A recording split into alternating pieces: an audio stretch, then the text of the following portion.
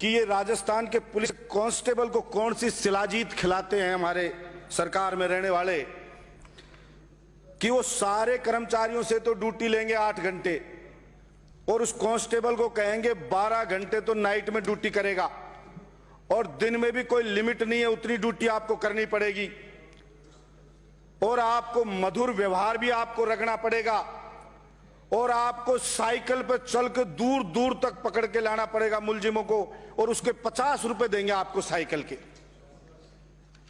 Motorcycle पे दुनिया चल रही है, कार में दुनिया चल रही है, लेकिन अभी भी पुलिस कांस्टेबल कह रहे तू साइकिल से ही दौड़ा के फॉर्च्यूनर वाले मुलजिम को पकड़ ले। अब ये कैसे पकड़ा जाएगा मैं समझ में नहीं आ रहा कि भाई ये कौन सा कानून हम ही तो बनाते हैं।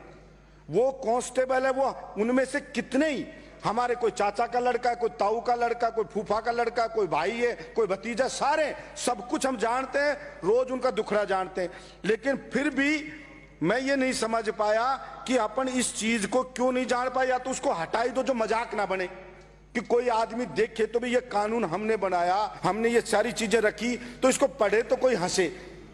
तो मैं आपके माध्यम से सरकार से मांग करता हूं कि उस कांस्टेबल को भी इंसान समझा जाए। मैंने पिछली दफा भी सदन में कहा था मैं कोई वकालत पुलिस की नहीं कर रहा, लेकिन जो ईमानदारी से जीना चाहता है, जो कांस्टेबल ड्यूटी करना चाहता है, वो शपथ लेता है कि मैं ईमानदारी के साथ अपने फर्ज को निभाऊंगा, तो उसको अपने उसकी उस शपथ को तोड़वाने पर सरकारें क्यों मजबूर करती है कि वो जाएगा रोडवेज में तो जाएगा, हरियाणा में पास मिलता है, पंजाब में मिलता है। पिछली बार मैंने सदन में कहा इतना दिन गुजर गया, मुझे नहीं पता किसी के जू भी नहीं रहेंगी है, कोई उसके अंदर कोई चाल चली हो तो कुछ उसको फायदा मिला हो तो कुछ नहीं मिलेगा। खाने का पैसा, सभापति महोदय मैं कह रहा था पहलवान को 5-5 किलो घी देते हैं गांव वाले, और यहाँ कांस्टेबल को AK-47 वाले गुंडे से लड़ने के लिए, जो रोजाना चिकन मटन खाता है गुंडा, उससे लड़ने के लिए उसको 65 रुपया रोज के दिए जाते हैं।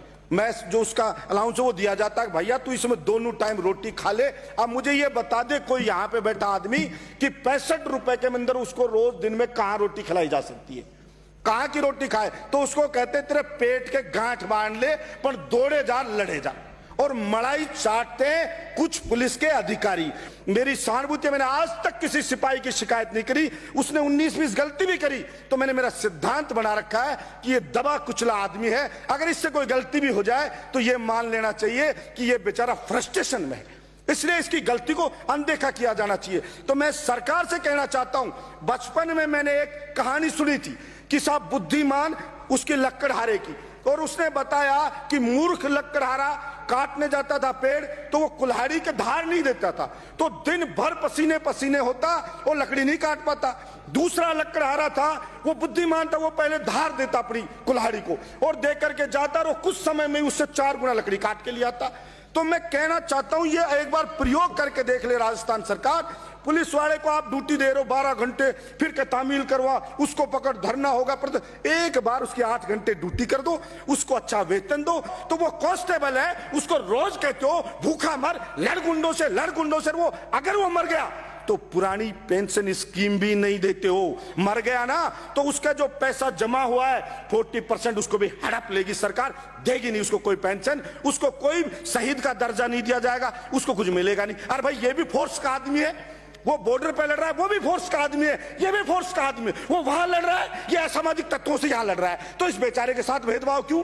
इसको क्यों नहीं दिया जाए शहीद का दर्जा, वो पैकेज क्यों नहीं दे सरकार? अरे भाई कितने एक लोग शहीद होते हैं, तो इससे कंगाल हो जाएगी सरकार, उन्हें लेकिन नहीं देंगे। और तो मैं ये मांग करता हूं राजस्थान की सरकार से, कोई भी पुलिस वाला कांस्टेबल पुलिसकर्मी शहीद हो तो शहीद का पैकेज मिले, और सभापति महोदय 30 सेकंड में खत्म करो, उसको पैकेज मिले, पुरानी पेंशन स्कीम से उसको पेंशन दे, ताकि तभी तो लड़ेगा वो कि मेरे बच्चे सुरक्षित है, मेरे बच्चों का भविष्य सुरक्षित है, तो लड़ेगा। और उनको सब मैं एक और बताऊंगा, ये इनको वर्दी भत्ता 7 से 15 हजार रुपए किया जाए, जो ड्यूटी भत्ता है 2 गुना किया जाए, और इनको ये उच्च अधिकारी द्वारा अपमानित किया जाता है सभापति महोदय, वो बंद होना चाहिए। वो ना तो हड़ताल कर सकता है, ना वो शिकायत कर सकता है। सभापति महोदय थोड़ा उनके प्रति रहम रखो, मतलब बहुत मानवीय दृष्टिकोण रखते हुए मैं सरकार से कहना चाहता हूं कि इनका ध्यान रखे। देखिए नहीं रखोगे तभी तो सरकारें बदलती है। अगर सब सरकारें सही सही काम करें तो आप उधर नहीं जाते और आप इधर नहीं आते। इसलिए एक बार थोड़ा सहानुभूति रखते हैं। उनकी जो भी मांगे मैं आपको टेबल कर दूंगा। उनकी जो भी मांगे मैं समझता हूं कि उनकी मांगों को पूर्ति किया जाएगा और उनको रियायत के ऊपर जिले मुख्यालय पे प्लॉट भी सरकार देगी, ऐसी मैं अपेक्षा रखता हूं। बहुत से लोगों को देता हूं। धन्यवाद सभापति।